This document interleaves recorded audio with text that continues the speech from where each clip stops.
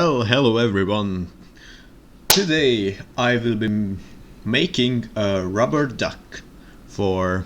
It's a tutorial for Bendix Boy, but anyone can follow along. So first thing first, we have the magical diffuse cube right here. We can just subdivide it and then just delete the 1/2 width with C3U. Here we have it, and we press X and delete faces. Now we have a half, and now we add a modifier mirror. As you can see, now we have a mirrored thing. Now, reference images are very important, but you should have it on your second screen or somewhere where you can see it constantly, or maybe on your phone. You doesn't really need it in Blender, only if you want to copy it very precisely. Anyways, now we just press clipping. Now stuff will move like this. So first thing first, let me just quickly pull up an image of a rubber duck. Okay, we have a rubber duck. Yes, this is also nice. We can just look at the general shape, and we should strive for that. First thing first. And okay, so let's see. I will just put this on my second screen, and let's start working. So for a rubber duck we need it. So I press G and then Y to move stuff. Okay, I move it back.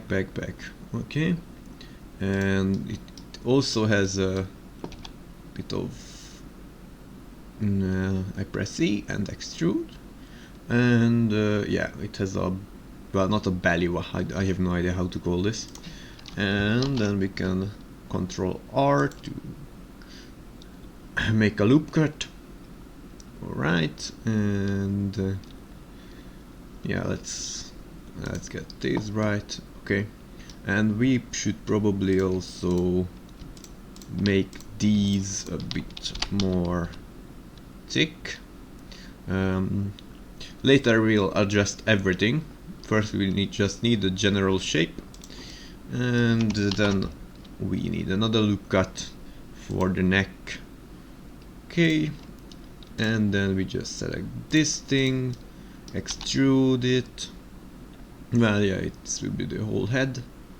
Okay, and now we just Control R. There will be the neck, but probably we should press G and then G again to slide these.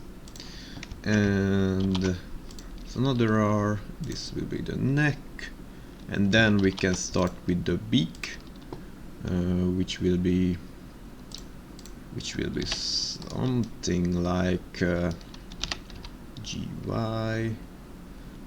Yes, and then Control R, scale it down on the Y-axis. No, actually, just better to just move this one on the Y-axis. And this will be GX. Like that. Okay, now we have the general shape. It's very blocky, so now we add a subdivision surface modifier to add the levels, 2 levels, well, 2 or 3 levels, it doesn't really matter. Okay, now we see what we should change and how we should change it to get the right shape. Select these first faces, scale them down. Maybe move them out a bit to make it more round. We need the neck to go inside. We need the neck to go inside a bit. We need to pull the back so it will be more around. We also need to add a tail piece, so we just extrude and move it up and maybe move it a bit back. As you can see, now we are getting closer and closer. And now we can just, well, yes, we need to scale this and also move it. Let's go side views and see how it will do. As I see, I have made it too long, so we're just gonna select all and squish it. Okay, his head can be a bit bigger, so we can just GZ a bit and scale it up. Okay, we will need double faces for that. Okay, so we need an upper lip, or how do you call it, for the duck, like that. We can rotate it a bit on the y-axis, G to move it. Yes, and we can move, well, yes, we will need to move it on the X and extrude it. Yes, we can scale it down, probably on the, well, Z axis, and then we will need to make sure it has lips different from there. Okay, so now we just need to remove. So we have this loop cut right here, not that one, this one, and we will need to remove the excess, which makes this sharp. So we should press Control and it's going on the wrong route. Stop going on the wrong route. Okay, and now we just click right here, click right here, click right here, and click right here. Press GG. Select all, go to mesh, clean up, merge by distance. Now it's round again, and from there basically we just need to adjust most of it until we get the shape just right as we want it. We can just make it more round if we want. Z, make it more chunky, and of course we need to make something about that. Yes, actually we can just select these faces, delete them, and now we can just select these faces and delete them. And now we're just gonna do something which can be very useful. So we're just gonna select these four vertices, press F to make a face, then select these four vertices to F and make a face, and we can so select these four to make a face and select these four to make a face.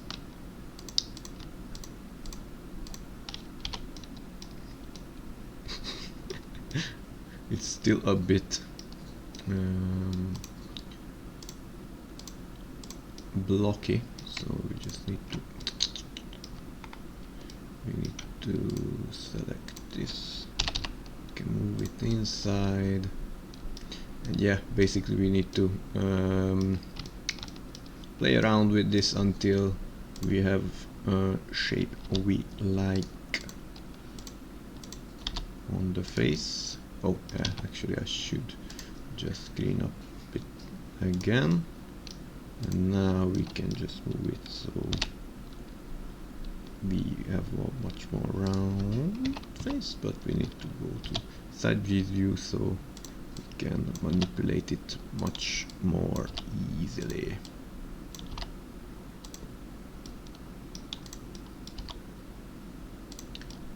Yes, but yes, we will take that. Okay, G. As I see, it has kind of an upper lip, but it's not easy to do with this. Yes, something like that. I guess we'll have to move this lower. Yes. And kinda. We need to move it lower. Okay.